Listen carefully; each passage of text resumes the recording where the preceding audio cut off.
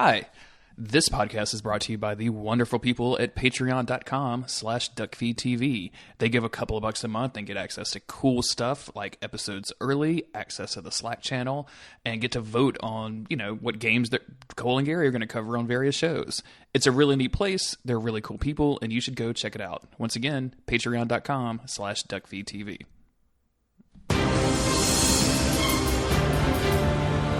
Okay, guys, thanks for joining me for this market research.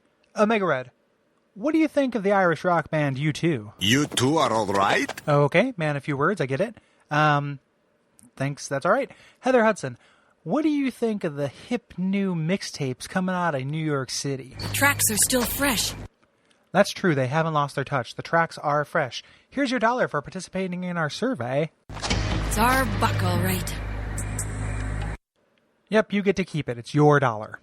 And finally, Wolverine, what do you think about the reports that Stevie Nicks has gone and taken a big hot piss all over Dewey Belfa's grave? I don't care about which spirit ladies do what to which Cajuns. I'm here to stop a wedding. You'll stop it over my goddamn body.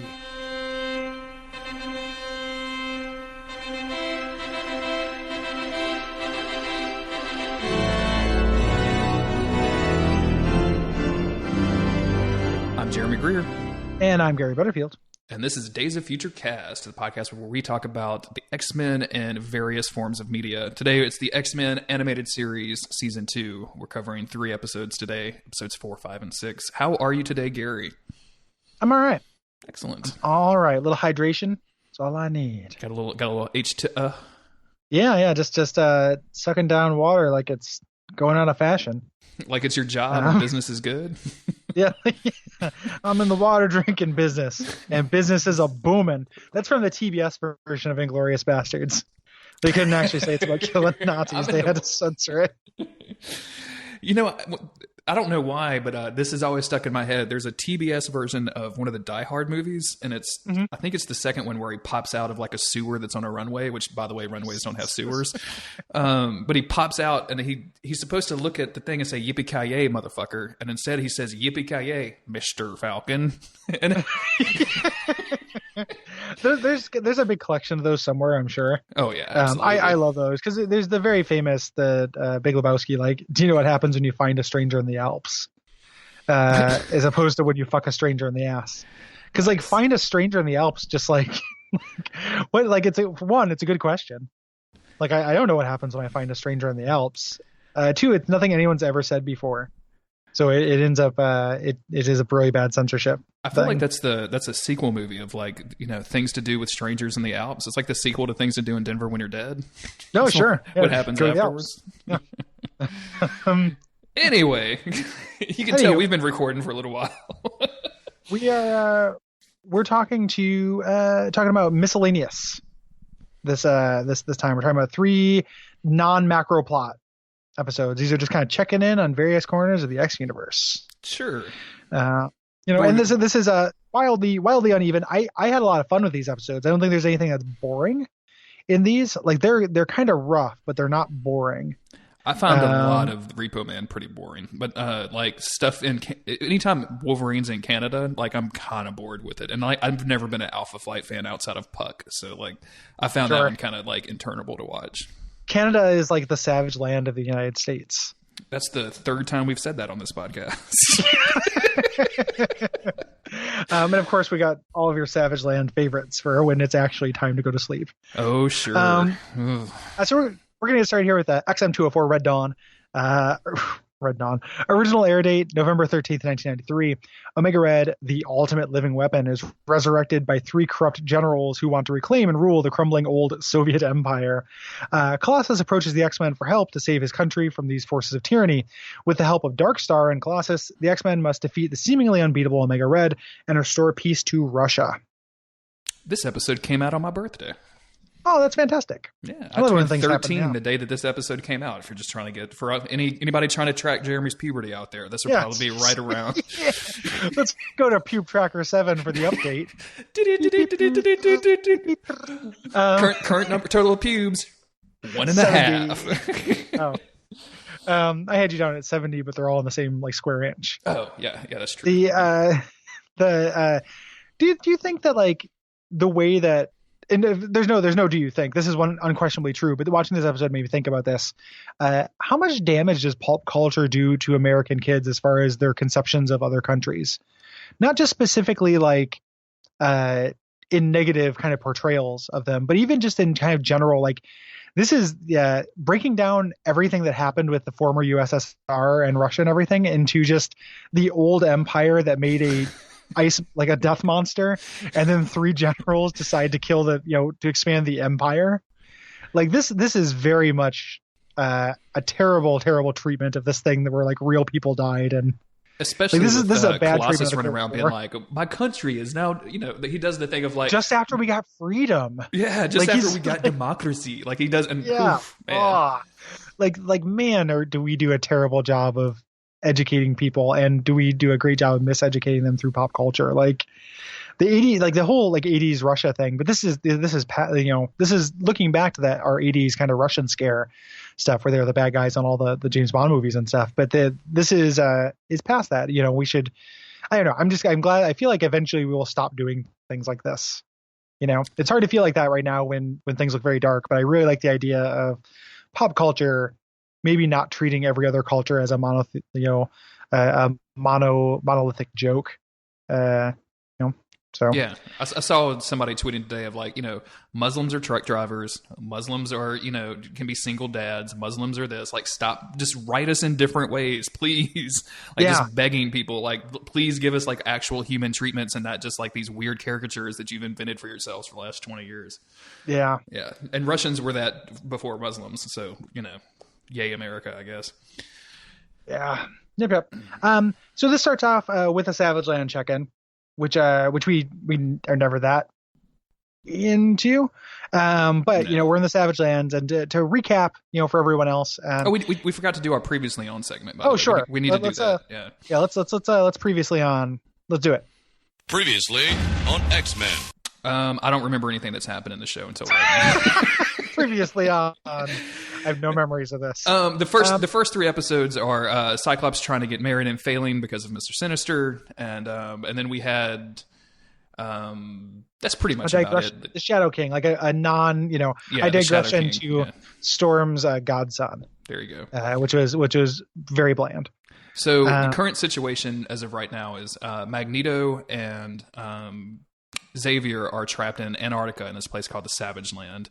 The rest of the team is on the hunt for him, but they don't really know. They can't get a bead on him, and that's really about it at this point. Like they're kind of X-Men are kind of outdoing stuff, and then we start this episode right into the Savage Land. And throughout this season, we're going to see this kind of format of Savage Land either being like a quick little check-in, a couple of minutes, either at the beginning or the ending of the episode, just to kind of move some Savage Land plot along. And universally boring. Like I haven't seen an interesting Savage Land storyline yet. So no, Savage Land sucks. So this is Xavier and Magneto walking around without powers. And boy, does this sound like it'd be great? Like I want to see Xavier and Magneto fight a bunch of dinosaurs, but like I don't know how it gets quite this boring.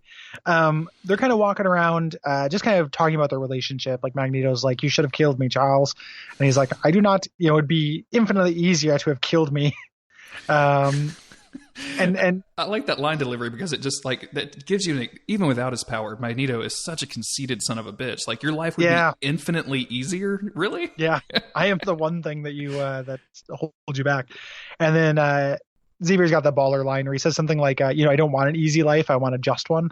Mm-hmm. Or something like that. It's pretty good. But then a T-Rex pops out of nowhere, and they get this real stupid plan to take care of it, which involves like making it tired running around a geyser, and then throwing rocks at it until it puts its face above the geyser, which like just happens to go off then, so it gets steam in the T-Rex's face. Like, in no world should Professor Xavier and Magneto fighting a T-Rex be this boring.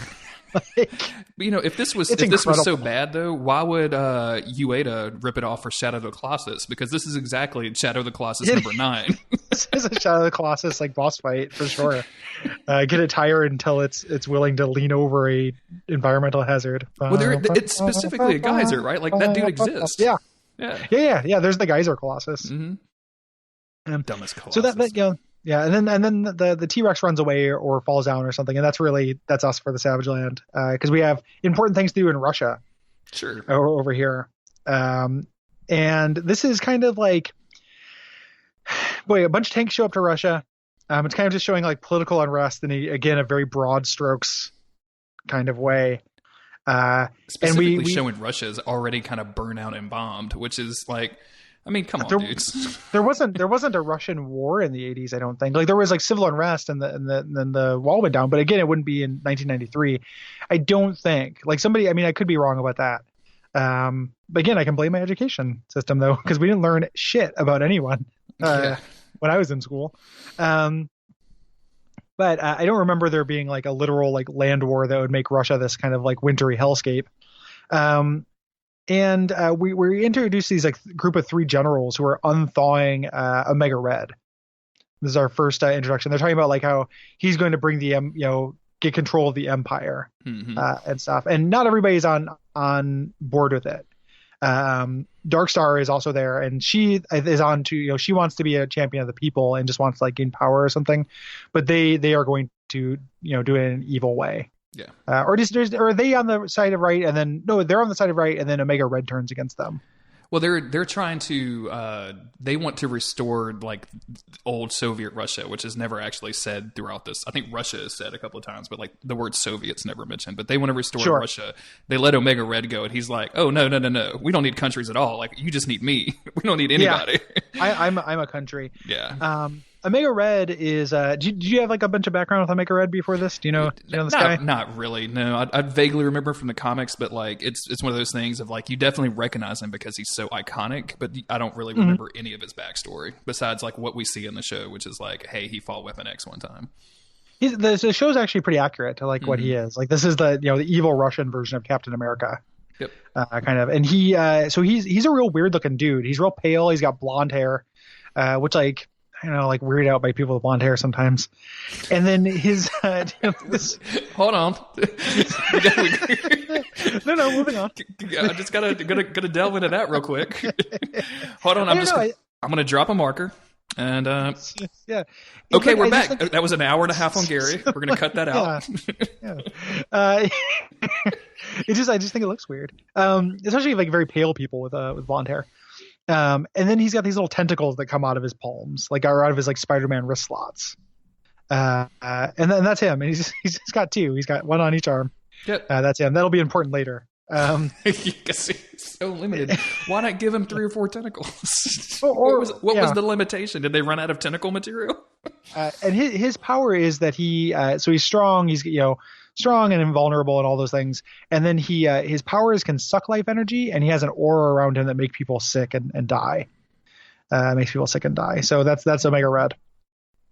Darkstar is just kind of also, I think she can fly and is strong and is a Russian superhero, and that's more or less Darkstar. Yeah. So we go back to Jubilee, who is doing a cool like riding a hover skateboard out of the mansion. Yeah, you have it here is just doing teen shit, but she's literally riding a hoverboard. I thought it was an actual skateboard. Maybe it was just an animation that looked weird. I don't know. I just look like a normal skateboard to me. If it's a regular skateboard, it's got a lot of like tech lines on it and stuff. Like it's like a high tech super skateboard, and she's going down to the convenience store, which is called Daryl and Daryl, in order to buy snacks or whatever. And unfortunately, the Friends of Humanity show up. Yeah, and they're hassling the store owner, who is, dark skinned and wearing a turban, which, like, come on, guys. Like, really? Yeah. Again. But the Friends of Humanity are like, it's basically like,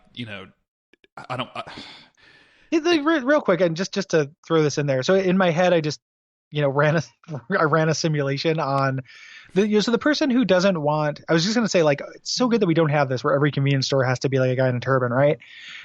Somebody who's like, oh, that's just like PC censorship. What is gained by having this stereotype? Like, people who are against more progressive kind of treatments of things like this. Mm-hmm. Do you think you're really losing something by losing this stereotype? Is it somehow additive that the guy who runs a convenience store has a turban, or like a taxi driver? Like, a guy who rides a taxi has a turban or something. Like, what do you get out of that? Why is it a problem? I didn't understand the conservative mind at all. I try. Same, dog. Same. Like it is I try so hard, but like what can you possibly be losing to lose that? It's not a good joke or anything. They're not even making a joke. It just happens to be, it's like a background detail that was a choice that adds nothing to the scene and just enforces a stereotype. Do you think this was like a network note or something? Like, do you think they just had like generic person? Because it's not like in the past when we've seen like crowds of people running away, like most of the crowd are just white people. Like they very, very rarely bother with any kind of racial diversity, but like very specifically like the stereotype of the, like, this is like Apu from The Simpsons, right? Like it's that thing, but like, why? What's the joke? You're not being funny. You're just making a reference. Yeah. I've had, every 7-Eleven I've been to, like most of the convenience stores I've been to, you have just as good a chance of having like a real dirtbag white dude. Absolutely. Behind the counter. Like there's a very nice guy, but there's a guy at the convenience store I go to all the time that like smells like the inside of a dick and has a lazy eye and is just like the most like dirtbaggest dude. Like very nice guy, but like he just seems like I really want to clean him up and set him on a, I want him to get help. And like there's like the idea that like, oh no, it's always these people with turbans on their head. It's like, no, sometimes they're just like race has nothing to do with it. It's just a job. Drives me nuts, man. I just don't like, you're not losing anything. Anywho, so the Friends of Humanity show up to do that, and they find out she's a mutant. She tries to defend the clerk. They grab her and they're like, we're gonna make you beg. And it's like, oh geez, this is a little girl and you've seen her before. And like, I was about to say, do they not recognize that this was the person they were going to crucify at a movie theater one time? Yeah, I know. Outside of the burgers. But luckily Colossus shows up, kind of Deus Ex Colossus here. God, I would play that game. Let me tell you right now. And this goes about like how you would expect. Like Colossus like kind of scares these dudes away and kind of tosses them out of the place. And Jubilee and unnamed store owner guy is very grateful. Jubilee says, "Hey, come to the house and have a sandwich," basically. And that's when Colossus is like, "Well, this worked out because I was on the way to see the X-Men because and I put the quote in here. Yeah, his newly freed homeland has been taken over by Omega Red. So like." And I know, again, we talk about like, this is a Saturday morning cartoon. All I'm really looking for is consistency within your world building. But like Colossus was over here. He obviously heard about his homeland from like normal channels, right? Like you got to think like somebody sent him a letter, or this is 1993. Like maybe he had an email address. I don't know. Or he saw this on the news. Like, why did he go to the X-Men?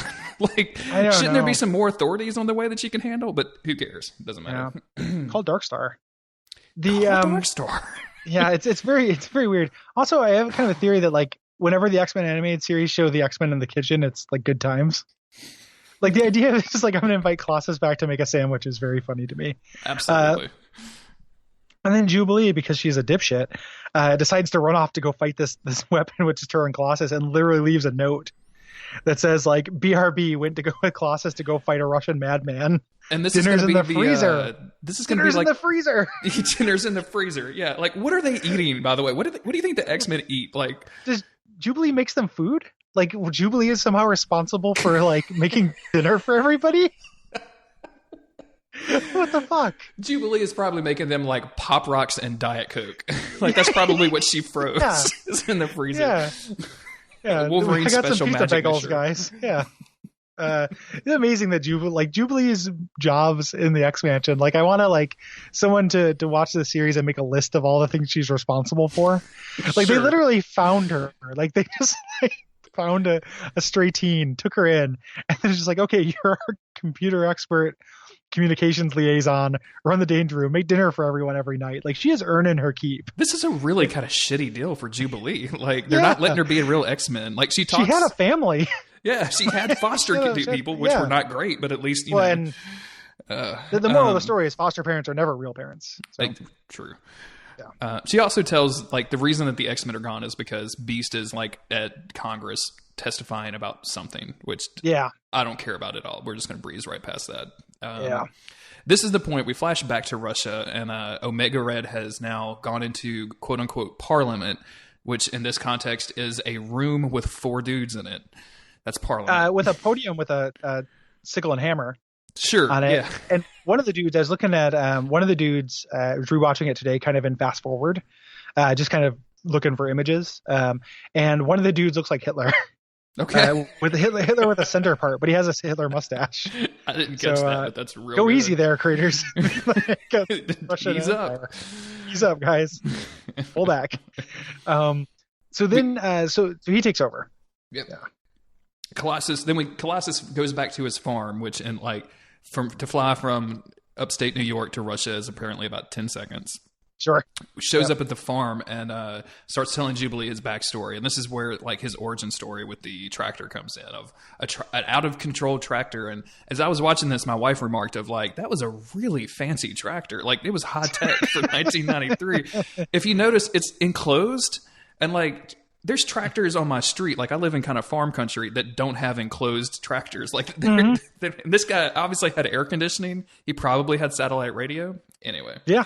And, goes out of control. And Colossus smashes it. Yeah, and it hurtles towards his sister, ILLYANA, and then he has to smash it to save ILLYANA! ILLYANA! ILLYANA! And I might just pepper, Colossus saying ILLYANA throughout this episode, because it's really good. ILLYANA! He says it the same way. It's they only recorded him saying it once, and they just cut in him doing that no matter what. Every single time. Yeah. ILLYANA!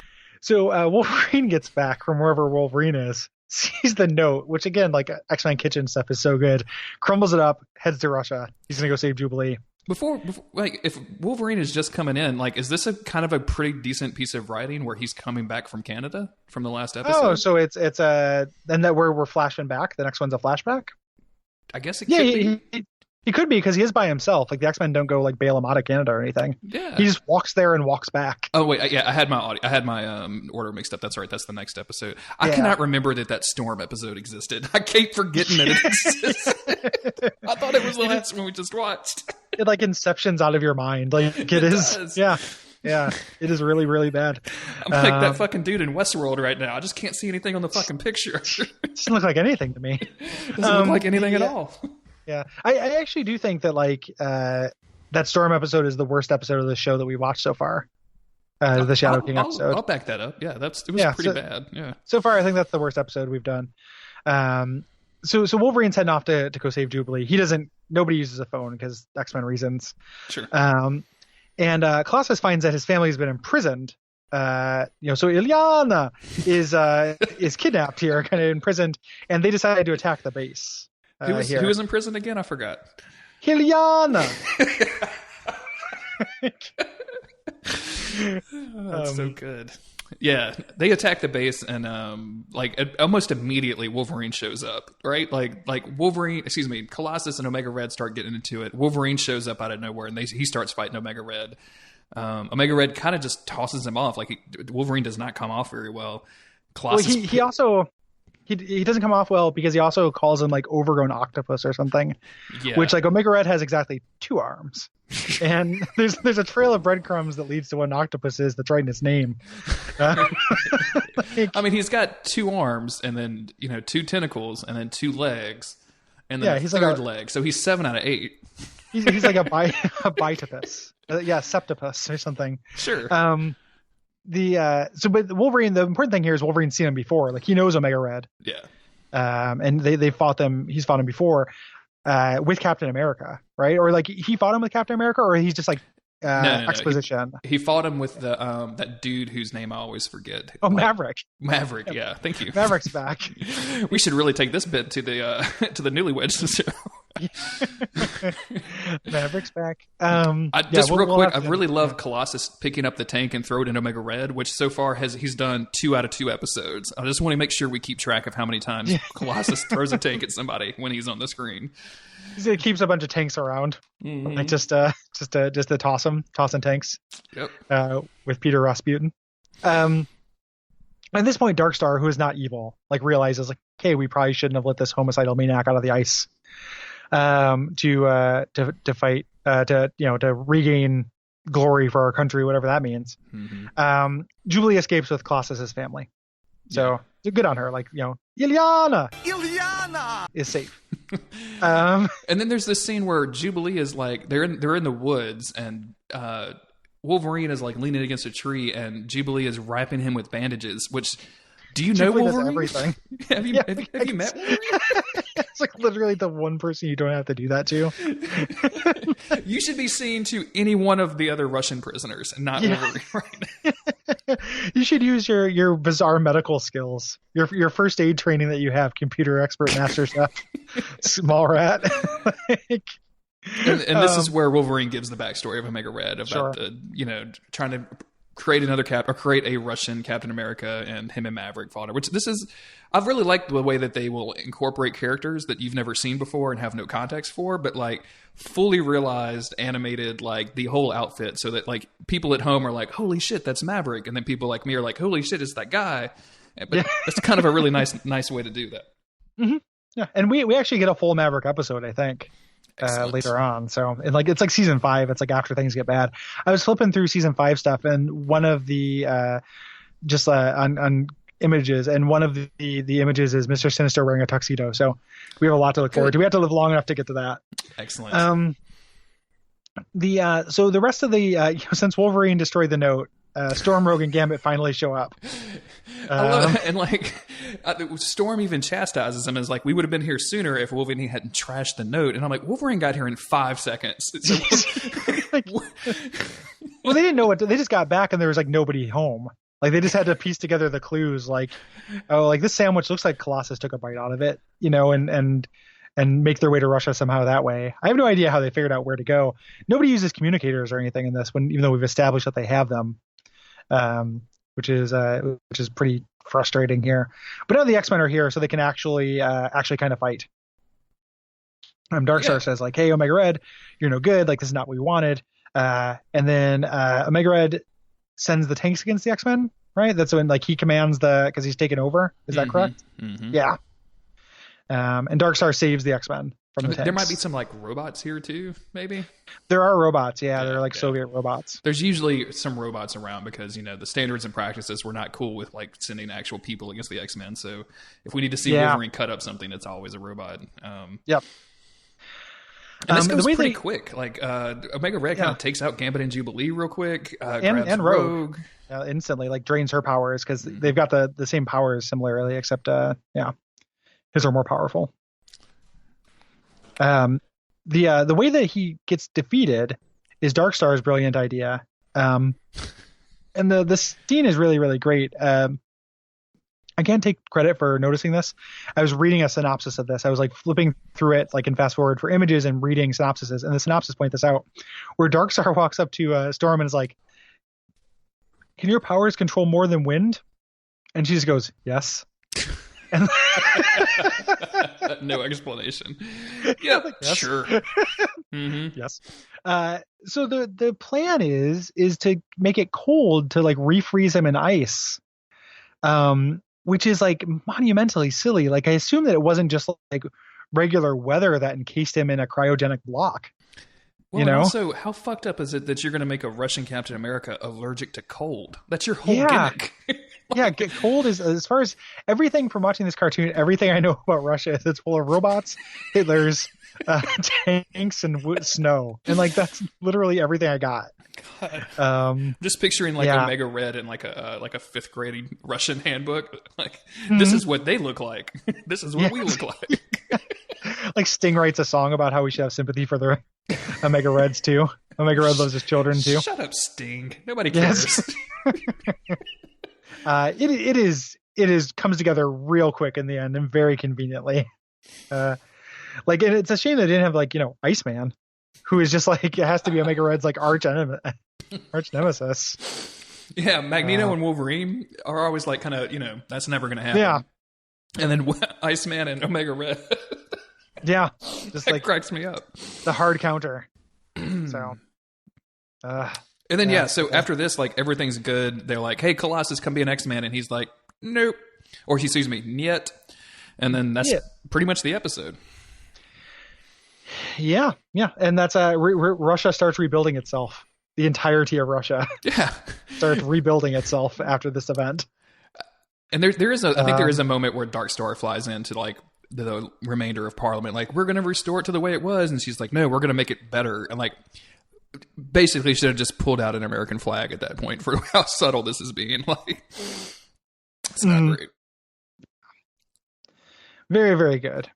Yeah, and just the ending, very, very, very good in goofy way. I like whenever Classic shows up. I like introducing new kind of villain of the week. Like these episodes, I think are fun and move pretty quick. Yep. And so I think this is a win, even though it is ridiculous. ILLYANA! Moving on. Let's get to the next one. XM 205, Repo Man. Original air date November 20th, 1993. Vindicator and Alpha Flight capture Wolverine and demand to know the secret of his adamantium skeleton. As Vindicator runs tests on Wolverine to try and replicate his indestructible skeleton, the members of Alpha Flight realize that the experiments are going too far and fight to release him. With an enraged Wolverine freed, Vindicator and Alpha Flight are in for a fight they will never forget. Ooh. Mm-hmm.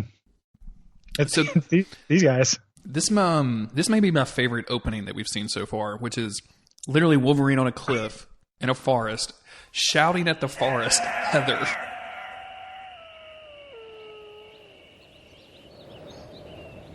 Heather!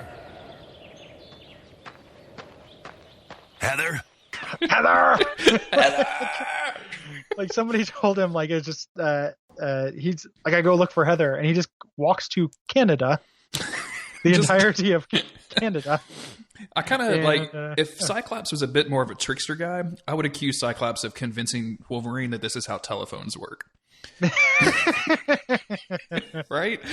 This would be the way that, like, because you could, like, Wolverine's an old guy. You could probably convince him that Google was, that Twitter was Google, so you could get that old man Twitter search. Yeah, you could convince him a lot of things. I didn't. I'm sure we talked on the show before how weird it is that Wolverine isn't super racist, right? Yes. Okay. I'm just making sure that's come up on here. I think my answer to that was that he's gone all the way around. Like, he was probably really super racist in the 70s and 80s, and has now realized, like, oh wait, they're all, like, everybody is a person, unless they're a mutant. It's with enough hard work you can reverse a full Gran Torinoing of an old man, like. Exactly. So he's out here just yelling Heather, and there's no setup for this. It immediately starts with him in Canada. Like, it is kind of a weird episode. It feels like it's missing some connective tissue. And he gets attacked by Alpha Flight. Vindicator appears like out of the ground or something, like burst out of a rock or something stupid like that. And he has Alpha Flight with him. Alpha Flight, for people who don't know, this is the Canadian X-Men from Department H. And this is. I just want to quote my wife when I told her there was a Canadian X-Men when she said, "There's a fucking Canadian X-Men." Yep. Yeah. There's a bunch. Man, one of the things I love about Marvel Comics is the weird, like, versions of these. Like, there's like a Chinese superhero team I remember reading about in the 2000s that had it was like a guy who could turn to a dragon, a woman who could make people fall asleep, and then a guy called the Collective Man, who was like the communist superhero that turned into like an army of people, became like the army of the people by himself. And it's just like these weird little, like, not racist, I don't know what the word is for it, but like nationalist superhero things. Because these guys have real generic, like, Canada powers for the most part. It's very outdoorsy stuff, and like turn into an owl kind of shit, or Sasquatch. That dude's power is Sasquatch. he's actually he's supposed to be aware of Sasquatch, but in here they just make him always a Sasquatch. So we have Vindicator. Vindicator has a Canadian flag on his shirt, and he has a force field. It's a suit. It's not power.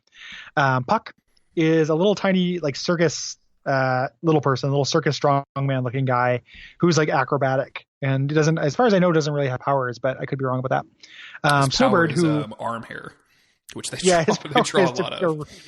A real greased up uncle. There's like a snow owl, which is actually Snowbird, who can turn into Canadian animals. Mm-hmm. A shaman whose power is all the powers of, like, terrible Native American stereotypes. Not to mention the voice, because, ooh boy, yeah, when this dude talks. Shaman's powers are either to say you've angered the spirits, or the spirits are angry, and he can go back and forth between both those. And the North Star he's basically the Facebook admin for the spirit page. Yeah. Mods are angry. And then North Star and Aurora, who we've seen before, they were in Genosha and escaped with Rogue and Gambit and stuff. And they are twins. North Star is they can both fly. If they touch their hands, they create this, like, big burst of light. And that's those guys. And North Star, first openly gay superhero. Nice. Yeah. Now, there's your Type 5 on Alpha Flight. And they fight Wolverine. He's like naming everybody so you can kind of get them. And we don't really know their history other than that people in Alpha Flight keep saying things like, you abandoned us, Wolverine. You betrayed us. And yeah, you betrayed us. There is some real bad Canadian accents here. So they eventually knock him out. And Vindicator says, like, we want Wolverine back at the lab, which gives us a flashback that's like the entirety of the Barry Windsor Smith Weapon X comic. Yep. Here. It's summed up in about 2.5 minutes. And a tight 2.5. Even quicker than that. Yeah, like, have you ever read that comic? I think so, yeah. It is a classic, and mostly for good reason. It's mostly the art that's really good, but it is essentially Wolverine's story, origin story with Dr. Cornelius affixing the adamantium to his bones and him going crazy and escaping into the woods. I actually kind of like the idea of almost all of the Weapon X stuff. Like, it gets a little bonkers in places, but I really like enjoy that, like, all of like the weird science on mutant technology and craziness. Like that stuff. Yeah. That stuff works for me a lot. Yeah, I like it makes sense. After he escapes, like he breaks out of the lab, goes crazy, like he itches his in the back of his hands and stuff. He escapes, he trashes the place. Doesn't quite kill Dr. Cornelius. Not yet. Which I think, and then he escapes out into the woods, and he's just been driven insane because it's incredibly painful to have your bones laced with metal. There's a scene in this where you see like Wolverine in the tube or whatever. Like we've kind of seen some of this stuff before, but you just mentioned it where his like hands start itching and then the claws come out, and Cornelius is like, "Holy shit, claws! I didn't see that coming." Which like you have an X-ray machine, dog. Yeah, you put metal on all his bones. Like that's the one thing you did. Yeah. You can't do that without looking at his bones. But I do like how this, I don't remember in the comic books, I think it was the Wolverine origin stories or whatever, where they kind of retconned him to have bone claws and not just metal claws. This tying into that, like, actually kind of works for me. I was like, oh, okay, cool. Like, I'm glad that retcon was so good that you just retconned it right back into the animated series too. Like, was that already in place by now? Oh, like, so not, probably not the time this air. I mean, it'd be right around here. So that wasn't from the origin story. That happened in the Fatal Attractions crossover. Is the mid '90s crossover with the cool hologram covers, where Magneto sucks all the adamantium out of Wolverine. Oh, that's right. Yeah. Right. Okay. And he it almost kills him, and it's like the most traumatic stress he's ever been in. And he goes on this kind of vision quest or whatever on himself, and he gets mad enough at some point and reflexively he's not expecting there to be claws. He doesn't know there to be bone ones, but reflexively pops claws and bone claws come out, and which in a way is very silly. So his mutation is that he has a fast healing factor. That makes sense. He also has retractable bones that have like some kind of system of tendons and stuff to shoot them out. Like, it always made more sense for that to be a thing that they added to him. Exactly. Yeah. And his natural body had this way of like it's not even so much having claws. Like, having claws makes sense, but having a way to make them go shunk shunk shunk shunk, being a natural thing that would happen from mutation is very silly. But Bone Claw Wolverine I always kind of liked. Like, he's much more like, he's real savage and stuff. Like, it changes him, and like, because he's real damaged. And that would have been right around the time, which is one of the cool things that the cartoon does, is pull like things right from the comics. Like, this little Bone Claw hint is a contemporary thing. So back to the story. Sorry about the digression, but I do like talking about Wolverine's claws. So. No, it's great. Claw chat is great. So Wolverine escapes, and then we flash back to the mansion where Jean is looking for Cerebro, using Cerebro to find Xavier, who, as we know, is in the Savage Land, but it's just not working. There's some back and forth about, like, it takes immense control. Like, Cyclops is kind of schooling Gambit about how this stuff works. Nothing really of interest happens, and then we're right back into. There's a line of dialogue here that's worth pointing out. Okay. Which is because she finds this is where she finds Wolverine, right? No, that happens later. Oh, that happens later? Okay, we'll get to that then. The Gambit has a real good one-liner that's very, like, shut up, Gambit. We'll get to that. So there's just kind of establishing what the other X-Men are doing. Back at Alpha Flight, they knock him out. The Vindicator, Wolverine's like, I'm not going back to your team. And Vindicator says, like, we don't want you, Logan. We want the secret inside you. There's no secret. Yeah, there's no. Everybody knows it's adamantium. Like everybody knows. except for unless you're from Canada. Like in this episode, like the way they treat this thing is so ridiculous because it happens a little bit later here, where because so Wolverine wakes up in this lab. Eventually, we run into Dr. Cornelius, and he's like, I'm skipping ahead a little bit, but he's like, it's never what essentially what they're doing is they're kidnapping him because they want to put adamantium skeletons on other things that never worked before or that never works. So they're like, we need to get the secret of it. And Wolverine's like, it's because I'm a mutant, you dimwit. Just like called and like everyone's saying this. He's saying the thing that the viewers are like, you fucking idiot. Like, yeah, like how he did has you a healing not know factor. this? We understood this in 2 seconds. Like, what kind of scientist are you? Why did you pick him in the first place if it wasn't for this? Was he just a hobo that you wanted to torture? You didn't take the Like- X-ray. You didn't know about the healing power. at lacing bones with adamantium. It's like literally your one thing, and you were the worst person in the world at it. Like, and how did Cornelius. you not know? Like, it's so weird. Yeah. Dick. But Wolverine wakes up in the lab, and then Heather, you might remember from the forest screaming from earlier. Yes. Heather shows up, and then we go back into another flashback, and this is after Wolverine has escaped, and apparently he has gone feral. But we show Heather and her husband, which at this point, I don't think you're really supposed to know that that's Vindicator. But we will find out later that that's Vindicator. Yeah. Heather and her husband are like hunting a deer when they see Wolverine, or Wolverine sees them. Wolverine immediately attacks Jason/Vindicator, and Heather dumps like 5 tranks into him. Yeah. She ties him to the bed, which is, I guess, like what you would do. Like, I don't know why you wouldn't call the authorities at this point. Like, a guy with claws attacked me and my husband in the woods. Like, but I'm not going to worry about that. I'm just going to tie him into the bed so that I can talk to him. Wolverine wakes up, immediately shreds all of the ties, and then like there's this weird like 80s montage scene of like he attacks her like, and he like pushes her up against a wall, and she's like, no, calm down. And then there's literally like an 80s montage scene of where like she's teaching him how to write, teaching him how to do arithmetic, dressing in normal clothes, tying shoes without popping his claws. Like, none of those are true, by the way. There's just this weird like taming montage thing that just boggles my mind. You've helped me more than I can say. It's amazing how quickly Wolverine gets into kind of a good mood during this, because this is also where he joins Alpha Flight, and someone just like the voice actor does really great work. He's just like Happy Wolverine, where they're like, you can join us and fight for us. He's like, sign me up, Bob. He's excited, man. Real into it. Like, it's very cute.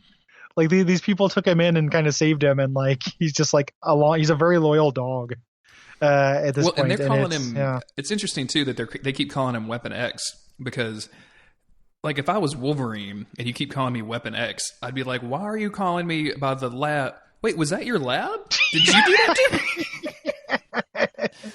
But instead, he's just like, no, dude, don't call me that. Now I'm the artist formerly known as Wolverine, or just Weapon X. But no, he basically says just call me Wolverine.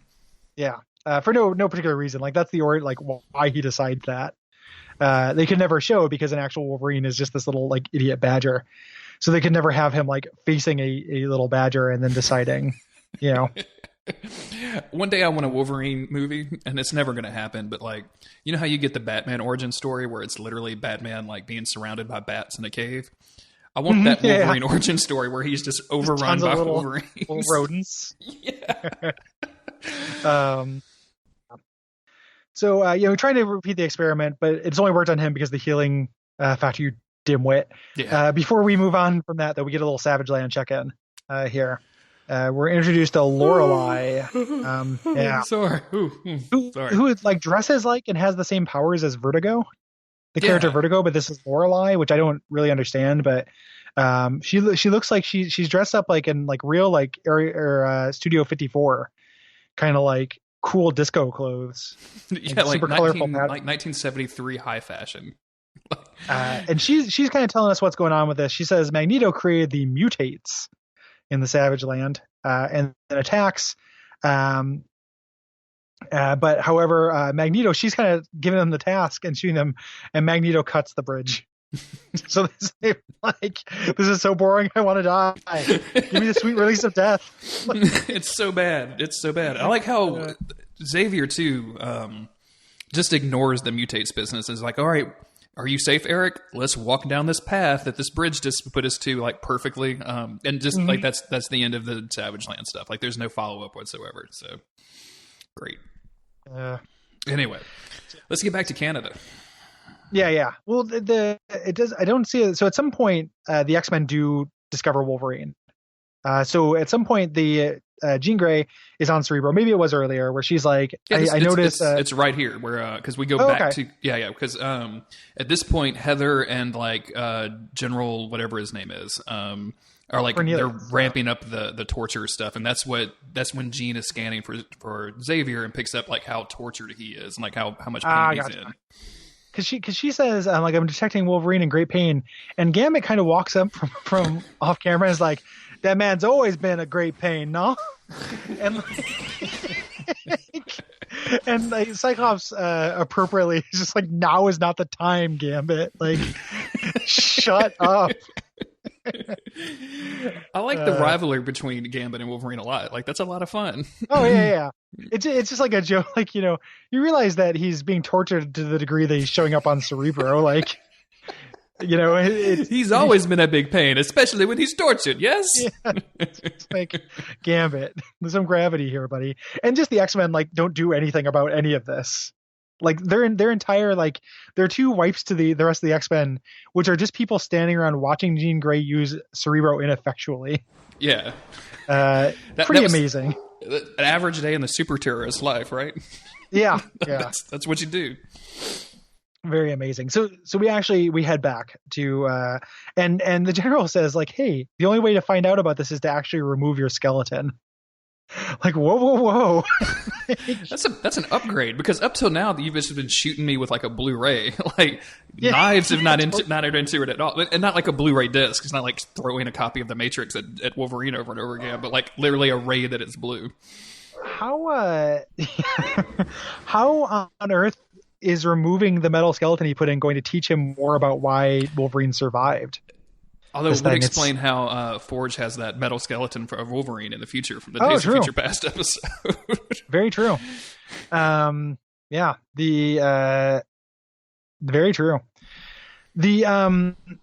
It's very strange he's going to do that. And Heather, like way after when she should, like people start actually saying like, hey, wait a minute. Like we can't peel out people's skeletons.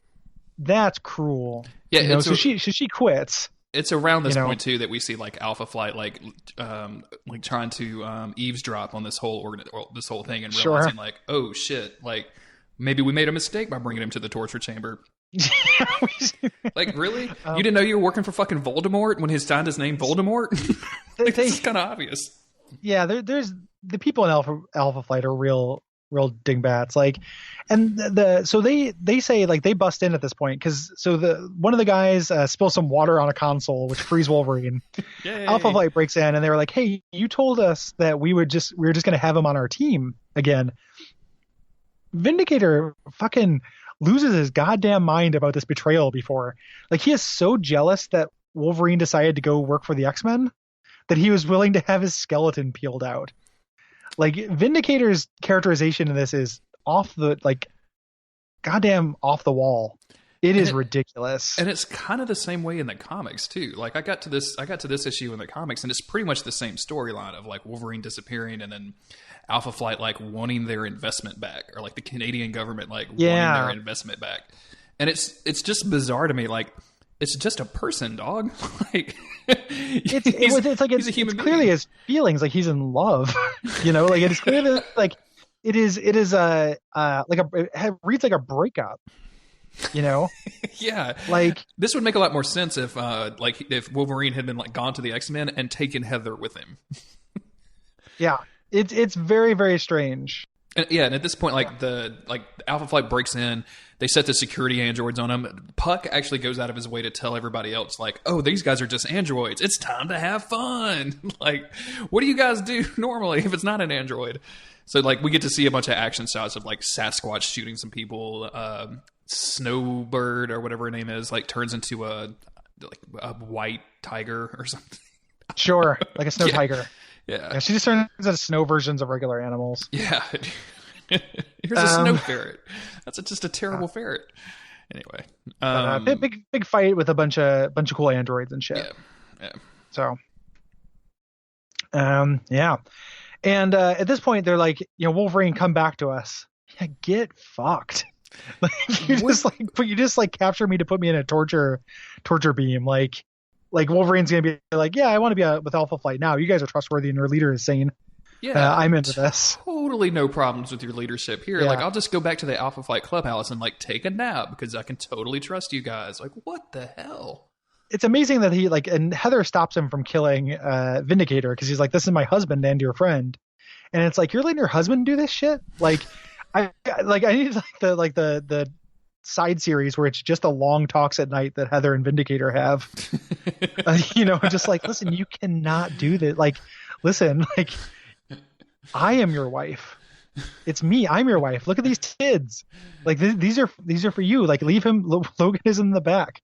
What can I do to make you desire me as a spouse and not want to ditch me for Logan? Man, I hate to say this because I keep bringing this show back to Arrested Development for some reason. I thought you were going to bring up Supernatural again. Nope. Dude. Okay. No, Lindsay and Tobias, right? This is that relationship. Oh, yeah. Exactly. Man, it is something else in a big bad way. Very, very weird. Yeah, this whole episode, like I said, I thought it was pretty boring. None of the X-Men are in it. It's just Wolverine. It's a bunch of second-rate X-Men that I don't really care about. I think Sasquatch's origin story is he got some shitty gamma rays. He didn't even get real gamma rays. Yeah. I don't.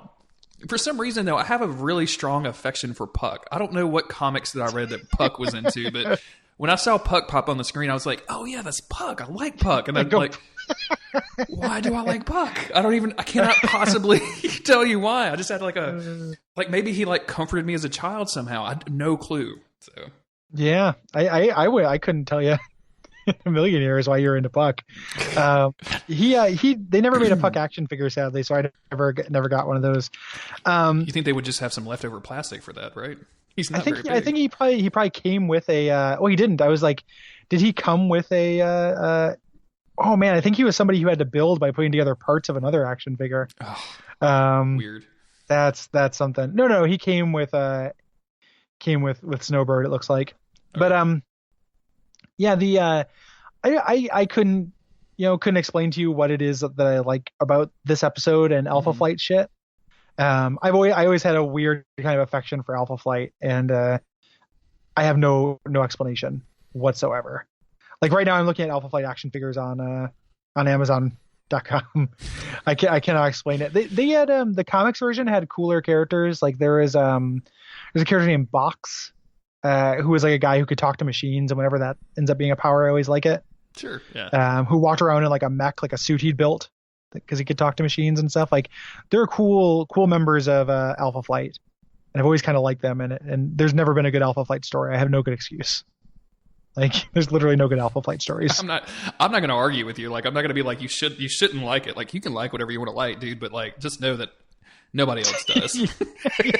I don't even think Alpha Flight likes Alpha Flight. All those people should have quit Alpha Flight when they got convinced to do war crimes in its name. And none of them are mutants, right? So it's not like any of them can go join the X-Men. And the Avengers are full up. So Alpha Flight's probably the only thing they could get, right? North Star and Polaris are mutants. That's right. But the other ones are just various. Sure. And they also have shaman and the Native American, wise Native American elder stereotype is something I hate in things. So there's not a lot to like about them. It's pretty much North Star, Vindicator. There are a couple of them I think look cool. Whoa, Gary, where the hell is Shaman in this episode? He shows up at the beginning and he's not in the end at all. Does he just not care? Right. He's I'm out. Yeah, you're right. He decides because he's the one who actually convinces, distracts Wolverine. He's we are old friends. The spirits would will that you and then you're right. He does disappear. That's he was the one. Out. He's the only one who realized that Alpha Flight was trying to get them to do war crimes. He's gonna go hang out with our friends from the other Canadian episode that we had and be all right guys, I can just grow you guys some stuff. You don't have to go catch a bunch of fish anymore. He's already on probation from the Higg commission. Like, if he's got one more violation, he's out. If I torture one more snow hobo, then that's it for me. Do you want to do a spotlight? Do you want to Colossus? These are the tales of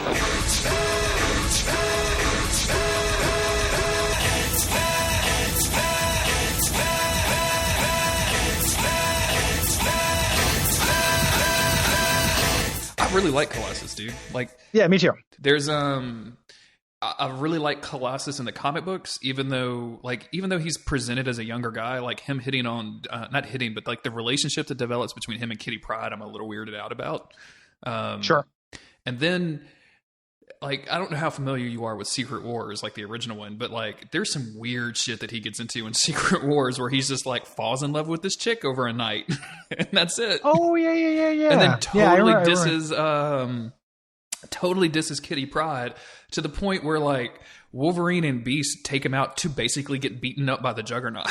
Like, it's great. You remember they're like all at the bar. Wolverine's giving him the business about fucking over Kitty Pryde. Juggernaut shows up. Wolverine and Beast leave. They're like, "Fuck it, we're out. You deserve it." Yeah. But otherwise, I really like Colossus. Like, I think he has a cool power. He has a really interesting power. It's not very. It's not very varied. Like, there's not like Iceman where he can like do weird stuff with it, but like, you know, turn it into a giant suit of metal is cool. Yeah. I think it's a cool visual design.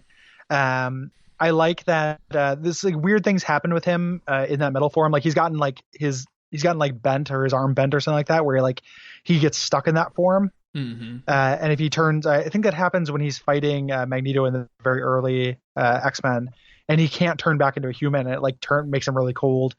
He goes and joins Magneto for a little while before that Fatal Attractions crossover we talked about, and that's a really cool storyline where he's like the moderate voice and he's surrounded by Magneto's acolytes, like, and a bunch of them are just maniacs, you know. But he's the one who's like, no, Magneto is actually like has some good points. You guys are just, you know, like he does a really good job of selling in that storyline, selling Magneto as this kind of this figure that, you know, some extremists take too far, but there are good things about him. He had a limited series I probably had like 3 major phases of comics, like once when I was a kid, once in my early 20s, and then once when I moved here. And when I was starting reading them again in my early 20s, there was a limited series of Colossus where it was revealed that one of his ancestors was Rasputin. Yeah. Who was a mutant. He was, of course he was. Yeah, which is that's pretty weird. I've always liked Colossus. Yeah. And him dying, the way he died, initially, like early on to cure the legacy virus, was silly. Like we have to actually make a sacrifice. Like the pseudoscience never made any sense. But the lead up to it, I remember being very well handled, because he just gets a real rough go of it. Yeah. Like where like ILLYANA gets the legacy virus. That's a very famous episode of like mid 90s comics that people really like. The one where ILLYANA dies, and it's just like the Jubilee telling Jean Grey about it. You know, like, because she was the only person who was there that night. And it's, you know, it's really good. And Colossus just like loses his shit, you know, and just turns off and stuff. Like he gets a really rough life, which is kind of a bummer. And all the stuff with like ILLYANA too. Like I love most of all of that stuff. Like the where she turns into magic and goes into the weird worlds and all of that stuff. Like I love all of that stuff. Yeah. The Rasputins have a pretty good batting average for like interesting comic shit. Mikhail Rasputin is a little weird, but other than that, like they're generally good, I think. The last time I paid attention to modern X-Men, I think Colossus was missing, and before that he was on like that X-Force team with that Psylocke was running with not X-23, but the. Oh man, who's the guy that has like the mind spaceship? He was a Weapon X guy, but Phantomos. Phantomos, yeah, and like he was like straight up like murking people, like they were just killing people all over the place, which was really interesting to me. Like they have that team that did that, so yeah, the Murder X-Men, yeah, like that with Archangel and stuff. Yep, and baby Mr. Sinister, yeah. Yeah, and Sinister Babies. And Sinister Baby. Yeah, they're going to teach him They're going to teach him to, you know, grow up right and not fuck with the Summer's timeline. Yeah. But yeah, I'm way into Colossus. He's also one of the, and this is, just Gary's Toy Corner. I wish that he's one of the more satisfying X-Men action figures because he's like huge and bulky.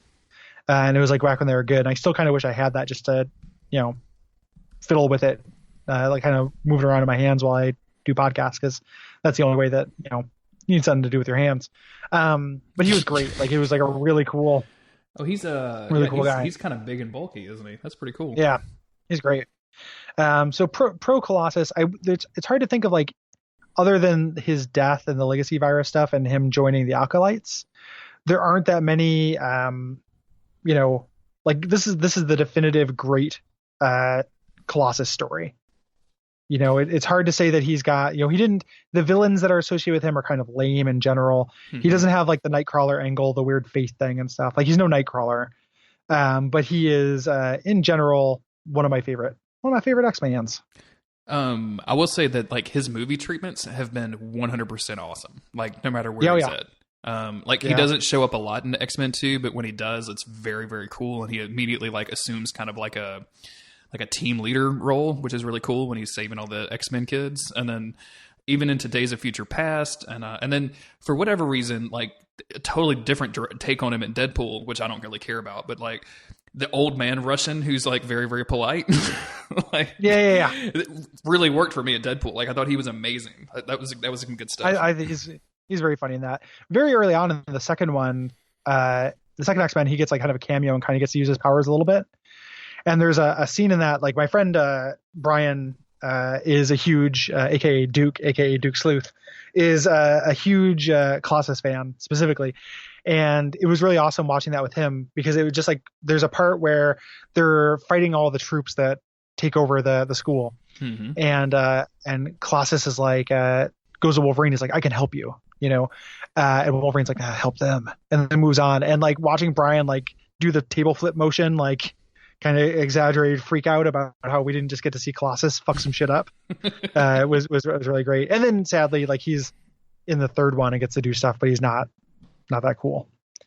But he's not near as bad as everybody else is in the third one. No. He like, actually does fairly well in the third one, I thought. He's a bright spot in an otherwise like fairly dark movie. Mm-hmm. Go Colossus. Go Colossus. These are the tales of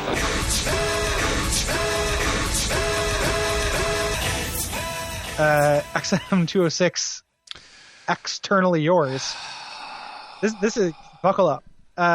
Original air date. I want you to pay attention real close to this description, because I've read it 3 or 4 times and I love it. Just the description alone is enough to do a podcast on. I'm really hoping, because this is the thing, is Jeremy's from this area, so I'm hoping that he can explain like a lot of the stuff that happens in this. I don't know which one he is or what they do in the schools or what. Gambit is forced to return to his southern roots by an ancient tithe, an old family feud, and the kidnapping of his brother, Bobby. Belladonna of the Assassin's Guild uses the kidnapping to lure Gambit into her clutches and force him into completing their aborted marriage. Fortunately for Gambit, the rest of the X-Men follow him back to the bayou. With Gambit's help, they successfully confront the assassins at the designated place and time and expose their deception. So first off, let's just take it like just a little bit. First sentence, excellent use of Oxford comma. Like, good. Oh, sure. Good to go there. Yeah. Second sentence, aborted marriage? Is that the word you're looking for? Like, that's very weird. And all, like, man, does this episode, there has never been an episode that demanded more backstory that got less of it. Like, this episode makes a lot of assumptions about the audience understanding what the fuck an external is. Hey, Gary, I'm just like you're hoping that I can tell you some information. I'm going to need some help. Yeah, I'll explain externals to you if you can explain Louisiana to me by way of this episode. So give me your Bayou secrets, Greer. The externals, the comics never did a good job with them either. But what they should have done is just retcon it, and maybe they did this and then retcon it again. But they're like Apocalypse. So they're immortal mutants. Very powerful, very immortal mutants. They can't die. That's what they are. In no part of that, in any other stories about externals, do they have this thing about them being able to like give powers? Because they can't. No. It's this specific external can do that. Cassandra, I think is her name. I think she has the power to do that, but it's just her mutant power. It has nothing to do with her being an external. Like, and the comics, this Thieves and Assassin thing is a comics thing, but it's probably one of those things where it was never well explained, but there are at least a couple issues to kind of give you a little bit of a background. I meant to do this before we recorded, and it's kind of irresponsible that I didn't, but like, I need to sit down and do like a deep dive and see what the actual canon is on this bullshit. Because the cartoon does one of the worst jobs of explaining it that I've ever seen anything do. Well, it's not even, they don't even bother explaining it. It's not that they even do a job. They just assume that you're going to go with it. And like it's so hard to explain or like guess what this would be like for somebody who didn't have any comics background. Like if you're watching this, are you just like 100% lost, or can you pick up from context a little bit that like, okay, there's a swamp spirit that like gives people in Louisiana their like agency and power? Is this what you guys do instead of elections, or like what? I wish we could have probably done better. You realize we just had Bobby Jindal as the governor of Louisiana, right? Like we would have probably done better with the swamp spirit. Well, he just like he gets it because he provided the tithe. So you should have, whoever was running against him should have made it to the swamp on time. Oh my God. This whole thing. Get into the episode. They do the thing that I didn't think the cartoon was really doing up to now, where they like, this is going to be a Gambit centric episode. So their previously on is literally every scene that Gambit has ever had in the show. It's every single possible thing that, like, and it's long too. It's a good 2.5 minutes, and it does a pretty good job of like narrating Gambit's, like, they do the untrustworthiness from the Bishop episode, Days of Future Past, where like they don't know his past or whatever. So you get like kind of a good build up going into the show. Yeah, it's pretty fun. So we know Gambit. Yep. We have this little fake. We're doing a Danger Room fake out where Jean Grey, Rogue, and Cyclops are killing this space creature, this like tentacle monster that kind of looks like Krakatoa. I was going to bring it up. I'm glad you did. So, and Cyclops is like, this is too easy. Like Cyclops turns into a real petulant brat for some reason, and Gambit is the guy running the boards at this point. Like, what does the chore wheel look like in this house? Like, he's running the boards, but he gets a phone call. And in his to the Danger Room, by the way, like I'm assuming that Jubilee is at the front desk routing phone calls. Jubilee is a switchboard operator here, and he's surprised. So he's accidentally, the Danger Room, which I think we talked about it before, just having a lever that is like high or low. Yep. Sets it to high, which there's a sign that says Danger Team level max. This is a different lever that we talked about. The other one was a straight up dial. This was like a lever. It's like there's multiple difficulty settings. This is X-Men control difficulty. If you have it all the way up, it changes to Danger Team level max. Which if you put on Danger Team level, and I can only assume that the Danger Team is Omega Red, Apocalypse, Mr. Sinister, Juggernaut, and this dinosaur. I didn't even include the dinosaur, because what the fuck is the dinosaur? It's just some green like dude. Dino Man. Yeah. If anybody out there, like, if this is some like deep X-Men cut that we're not picking up that I just don't know, like, please tell me, because I don't know who the fuck that could be. I'll say one thing: he's not Sauron, which is a dinosaur man. So like, it's very weird, and they're super strong. The X-Men are struggling versus the mega version against Danger Team when their level is maximized. Well, that's a weird thing that happens. Is it's not the X-Men; it's just Cyclops. Like, Rogue the rest of the X-Men leave. Yeah. Rogue and Jean Grey left. They went to go get tea. This episode, like, this is not a good episode by any means. If you just want to watch this show do fucking bonkers shit, I think this is like the one to watch. It is so weird. So Danger Team, which, like, I really want Omega Red, Apocalypse, Mr. Sinner, and Juggernaut to form a team and call themselves Danger Team. Danger Team, right? It's so good. We're going to give you a bad case of the DTs. And then on the phone, so like Gambit's on the phone, and we get to hear the other guy talking to him. It's like nonsense. Like, this guy's accent was like, Remy, it's your brother. It's the tithe. He in danger. It's like a Cajun Mad Libs. It doesn't make any goddamn sense. Like, how often I go long stretches of time without thinking about the word tithe. Unless you're a Catholic, like, you're not thinking about tithing there's a very good chance that none of the kids watching this show know what this means. You know, and it's one of those weird things. Like, I couldn't tell you when I learned the word tithe, but I feel like whenever I learned it, I knew everything about it at that point, and like I had it with me for the rest of my life. So maybe like at 13, maybe I did know the word tithe at that point. Did you associate it with leaving gift boxes in a swamp? No, I did not. Because I would have said it was like putting, like my great grandmother always told me to gave me $1 on Sunday, right, to put into the collection plate or whatever. That was my idea of a tithe. It's like none of this swamp shit ever happened. Yeah. Oh man. So yeah. Meanwhile, like Gambit's on the phone, and like you see Cyclops getting fucked up. Like all of these dudes, the Danger Team. Are all around him, just shooting beams at him. The giant island monster is like holding him still to get shot, and like meanwhile, Rogue just drops by. It's like, oh hey, and Rogue is just like, what's going on? Because the X-Men are never upset when they should be upset about things. Nope. She goes to stop it. Gambit decides to leave. He's like, I gotta go share. They got my brother, and like no questions asked. Fine. Rogue decides not to kill Cyclops, turns Danger Team level to minimum, and Gambit runs off. Here we have this flashback to young Gambit. And none of this makes sense, like at all. Like it's just a bunch of dudes in the woods, like, and I guess the thieves are on the run, like they're trying to get to this, like. I can explain it from like I just watched it point of view, but like watching this and trying to figure out what's happening as it happens, like what the fuck are you thinking? Like it doesn't make any sense. So just to explain it to like, we're going to explain this better than the cartoon does, but for the sake of coherence, the setup for the thieves and the assassins in New Orleans, and Jeremy's on hand to fact check this. Yep. Is that there are two guilds.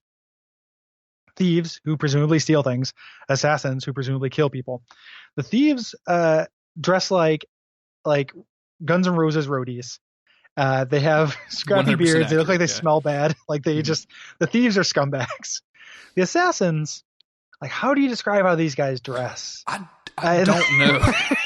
What is the fashion corner on the assassins in this show? Where does this come from? Like they all have these weird like shoulder pads, like neon colored mix matched armor and weird hair. Lots of neon and stuff.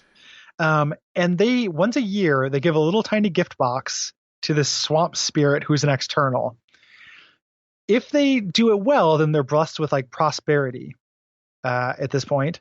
And power, like very specifically. And power. Yeah, power and prosperity. And then a new champion is chosen who is the person who's responsible. Like there's a ceremony that is the person whose job it is to remember to bring the gift box next year. And it's given this like its importance. Like you are the chosen, you are the chosen one this year. You are the chosen one this year.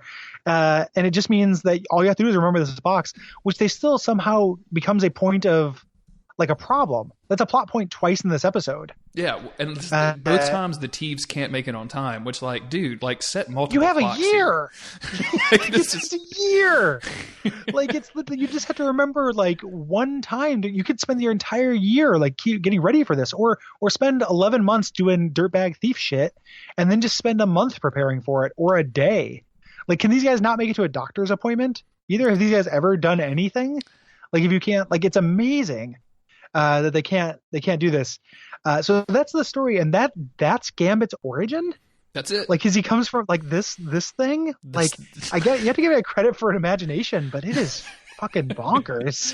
I mean, they could have gone a lot of different places, but they decided to go with like, I don't know, anime assassins that live in New Orleans, and like, man, the thieves are all just like rundown swamp dudes. Like those are just dudes that live in the swamp. Like, those are guys that like literally make money by killing nutria rats and selling it as high-end meat to restaurants in New Orleans. That's exactly what those dudes do for a living. What's a nutria rat? Oh God. Okay, so in the early 1970s, we had a problem. There was some sort of like insect that was running around. So they introduced this animal called a nutria rat. Supposedly, like, it's going to kill this insect, right? Well, can you guess where this is going?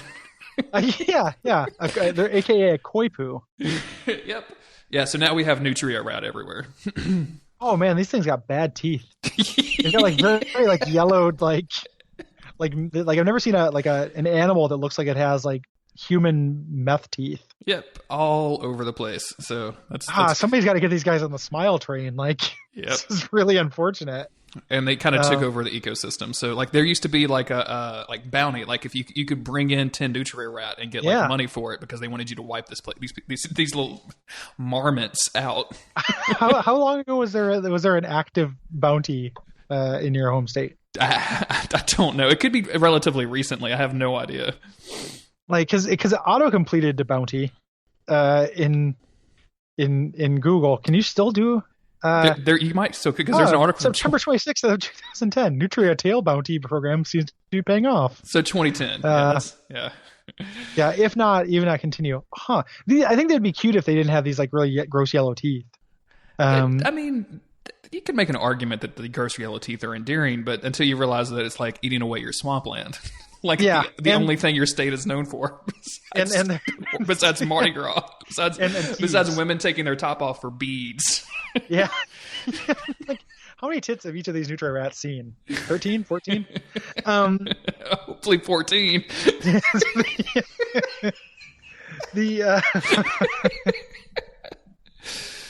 So where were we? Yeah. So these guys are all like Nutria rat farmers and stuff. Like, just like the scummiest looking dudes. I don't understand why, because Gambit's whole thing is he's kind of suave, right? Mm-hmm. Like it's supposed to be, that's what his costume, even though it's nonsense, is supposed to suggest, I think. It's kind of like a cool magician, I guess. I don't know.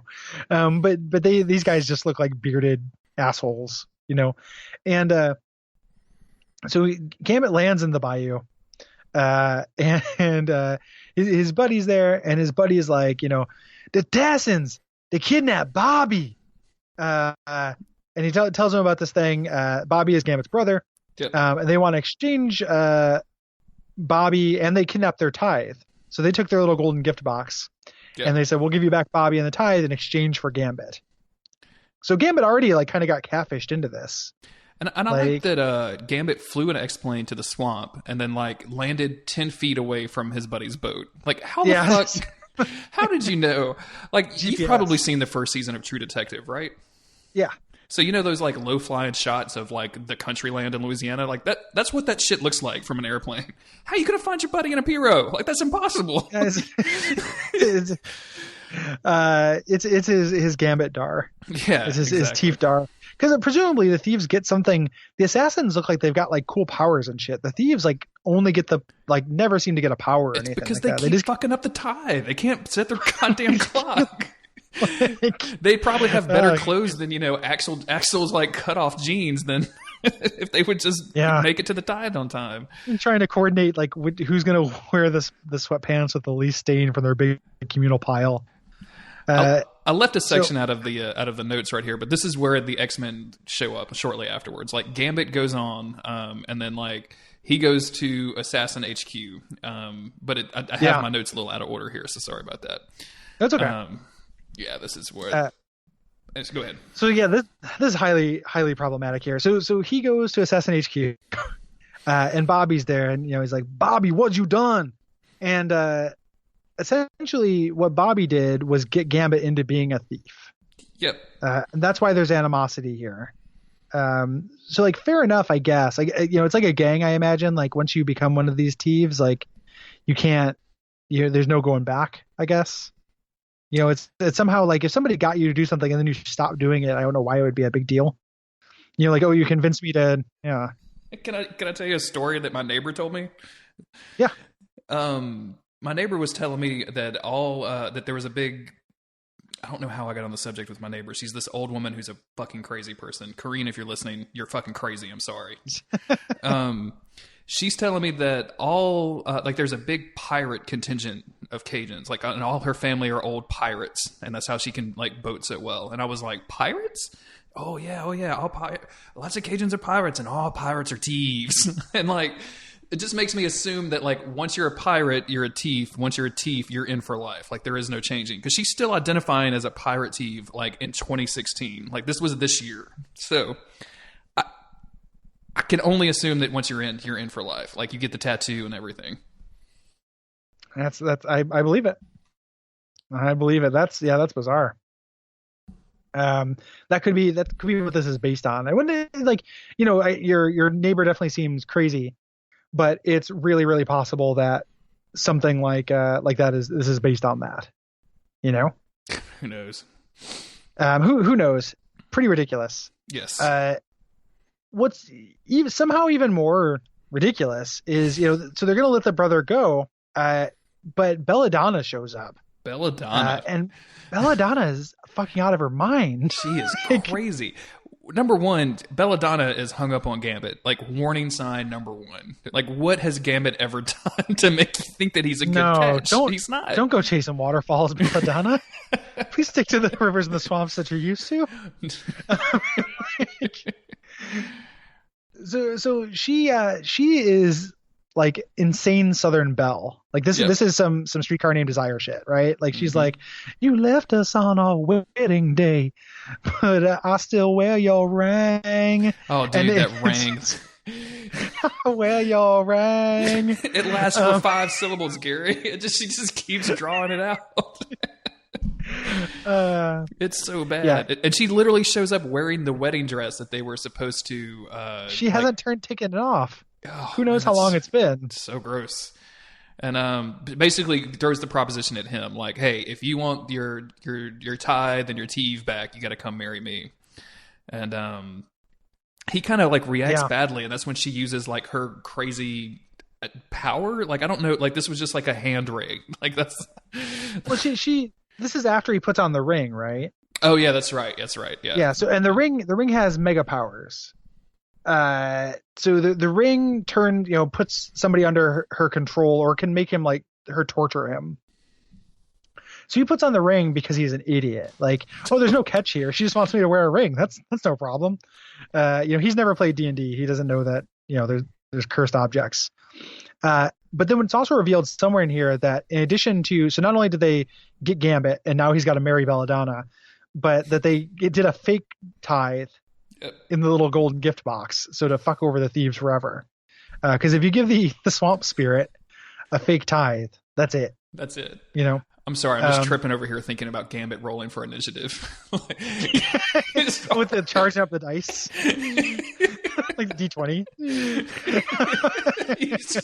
I don't mean to interrupt, but I'm just sitting here. That's all I could picture in my head. So no, it's very good. So that's their plan. Nobody thinks to look in the little golden gift box. And like, what could possibly be in there? Like, the external at the end of the episode implies that it has to be some sort of sacrifice. But like, what is it? Like a $20 bill? Like, is it their nutria bait? Still beating human heart? Yeah. Like, what is it? Yeah, I have no idea. The X-Men show up. Yeah, between all of this, the X-Men show up in the swamp, right? Like, the X-Men are tracking down Gambit. And I love this line from Wolverine right here where he's like, leave it to Gambit to grow up in a swamp. And like, yeah, dude, you tell. Like, you never get rid of that swamp stench that he has. They fall in they fall in like a plantation like trap or something. No, they fall in a pit that the assassins have set for them or something. Yep. Or the thieves have set with them. Because again, the X-Men are not great superheroes. No, yeah, they fall in. They didn't check for traps. X-Men playing D&D would solve a lot of these problems. So they fight the thieves. But the guy who Gambit's buddy who called in the beginning shows up and says, like, Remy traded himself for his brother in the tithe. And the X-Men, good sports, like, don't at any point just be like, what the fuck are you talking about, you crazy Cajun maniac? Like, nobody asked what's a tithe in this context. Yeah.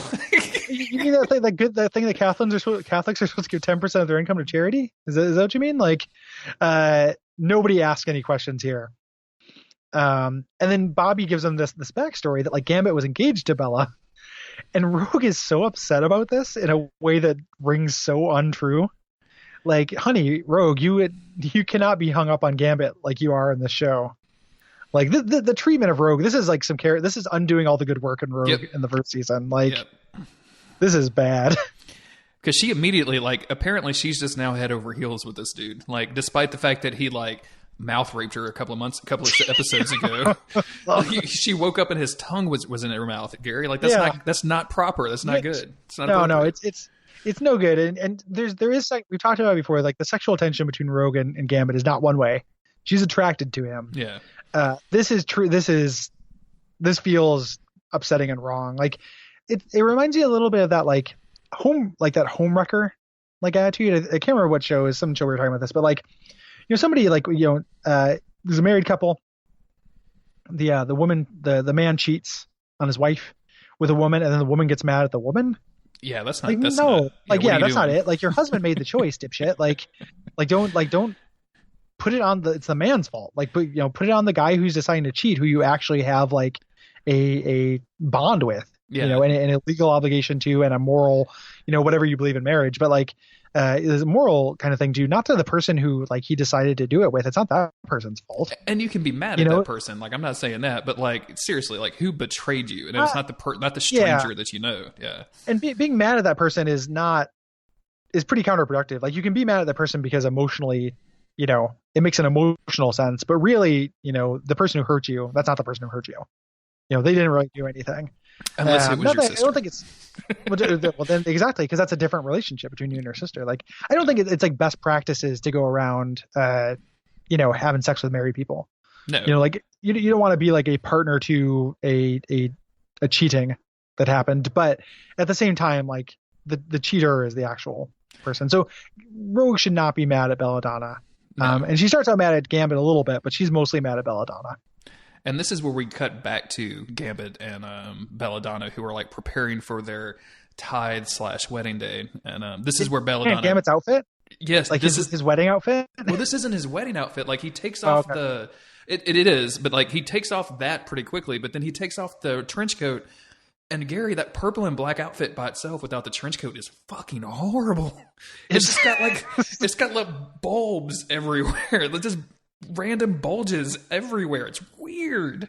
It is really, really strange. That's why he wears the trench coat, is to cover up for it. He's like a firekeeper in Dark Souls. He can just wear some He has to hide up all the humanity, like sneaking its way out. Yeah. So the Thieves take the X-Men to like the spot, or like the tithing grounds, or like whatever you want to call this place in the fucking swamp.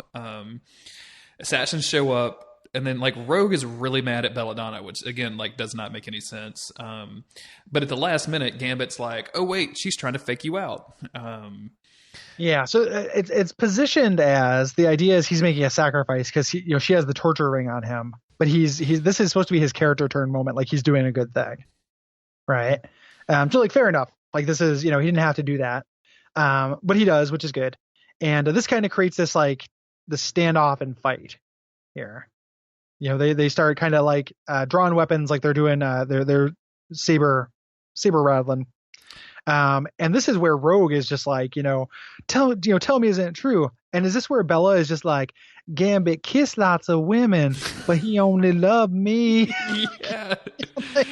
Ooh, wow. That's not good. That is not like good. A fourth grader's conception of human relationships. Like, once you kiss a girl, that means you love her, and that means you guys are going to get married and have babies.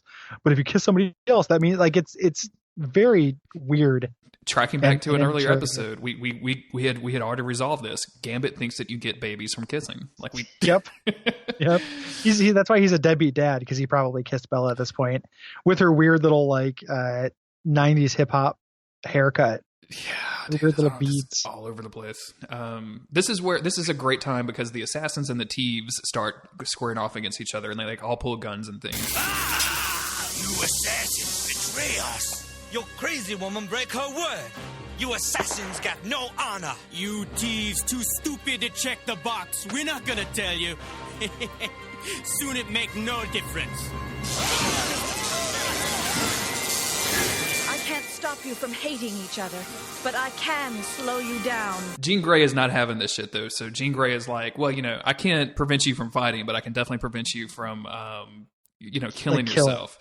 Takes their weapons, trashes them, and then they just start fighting. Yep.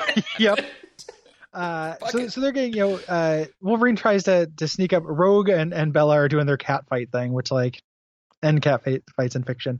The Bella shows up. Wolverine tries to like sneak up on her, and Wolverine is the only one who has a good attitude about this, because he's like, what is this bullshit Cajun nonsense? Like, he's kind of having fun the whole thing, which I really like. Mm-hmm.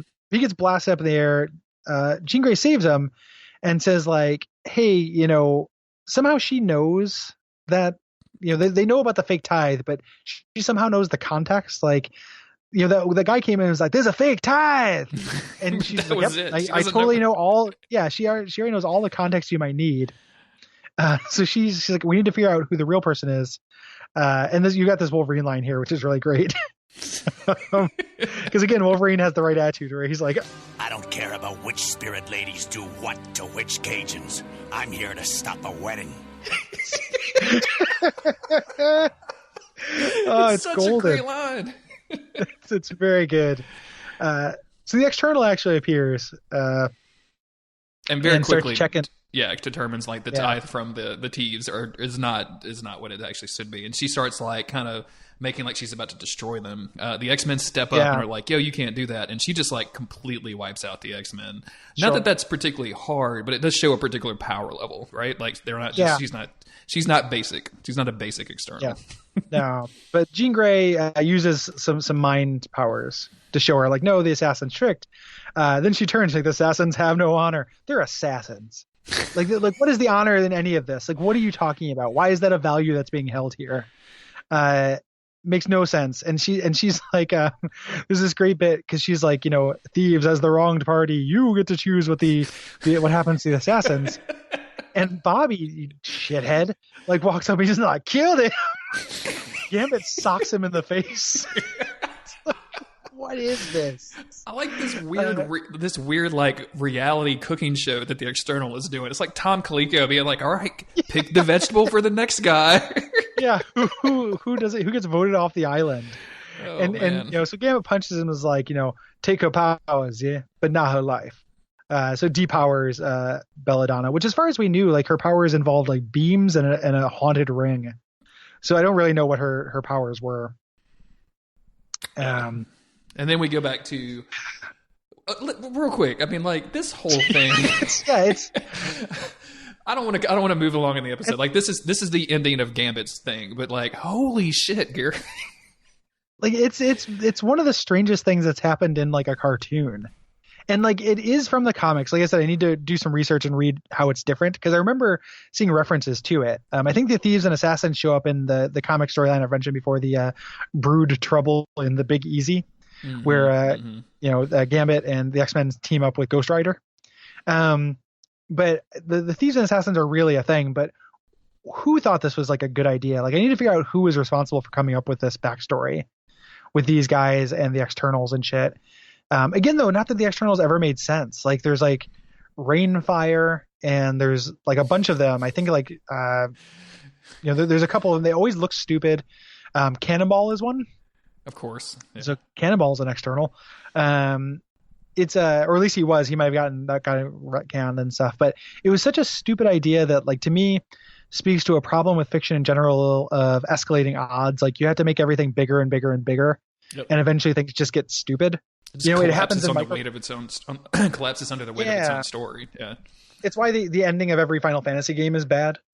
Is it just like, we have to? This can't just be like this government threat that's kind of interesting. It has to be a cosmic Earth Gaia level thing. So that wraps us up on Gambit's plotline, but we still have a couple of minutes left of the actual show left, where we are going back to the Savage Land, and spoiler alert, still pretty boring.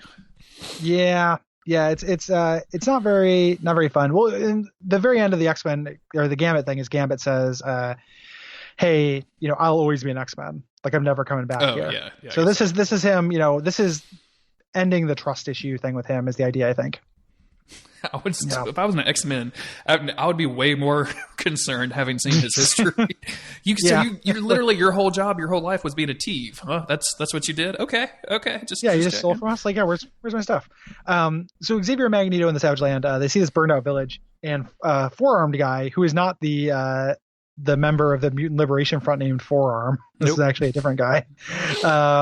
Shows up and is like, "Hey, what's going on?" Xavier knocks a wasp nest onto him to escape. Yeah, like he ends up like trying to grab Magneto, and like that's what Xavier does. Like, oh, there's a wasp nest. That's why he's got the college degree. Yep, he's the improvised weapons. Yeah. And then we're on to the next episode, which just preview, like, the next two are really fucking good. I am really into the next two episodes. These are the Bishop's like time stories. Yeah. I have not rewatched them yet, but I'm going to soon, so we can continue. The next two are great, and then it's followed by what is probably going to be an argument for the worst episode. If not, okay. it's going to be down there with the Storm episode. So. Which one is that? That's the Beast episode. Oh, gotcha. Beauty and the Beast, the one with yeah. Mm-hmm. Woohoo! Yeah. Finally. So thank you very much for listening to this. Thanks for enjoying this. Hopefully you did. If you like this show, the best way to support it is to go to Patreon. Go to patreon.com/Duckfeed.tv. Kick us a couple bucks a month. That's why we're able to do this. We really do appreciate everyone who's helped us so far. You can also rate and review us on iTunes. That is a big deal. Absolutely. We have lots of different social media. You can look us up and find us on Facebook and Tumblr. Facebook and Twitter. DOFC podcast or Days of Future Cast. Those kind of things can generally find us. Send us some messages. I am always willing to talk about X-Men. So you can find me at JG Greer on Twitter. Gary, you're on Twitter at Gary Buh, GaryBuh. And hit me up on there. We will do another end of season wrap up. So as mentioned, you can hit us up on those email contacts as well. So if you just have comments, not just individual discussion, but if you have comments for later as well. Absolutely. Thanks for listening, and we'll see you in 2 weeks with another episode. And good night. I kind of want to, I don't know how much Dean Jim Davis you listen to, but man, I've got into that show. I think it's the fake Twitter handle at the end of the episode for a couple of months. Oh, yeah. You can find me at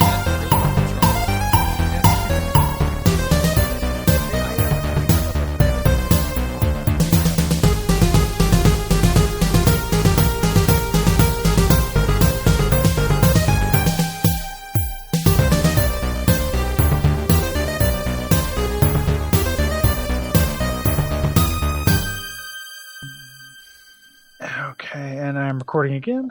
Got that sweet audio clip of you saying Cole messes up all the time, so that's a good one. Yes. While I was downstairs getting water, I had in my head a thought of an all Gambit cover of the Red Hot Chili Peppers album Blood Sugar Sex Magic. Oh, that'd be some good album art, huh?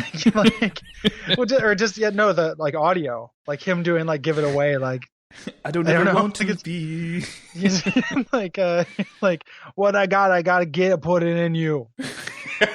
Give it away, chair. I do not know where that popped up. So how sexy was his name? That wasn't a very good impersonation, but that is a very terrible. It was actually a pretty credible Anthony Kiedis, though. So yeah, weirdly enough. Ram-a-lam-a-dam-a-dam ding-dong.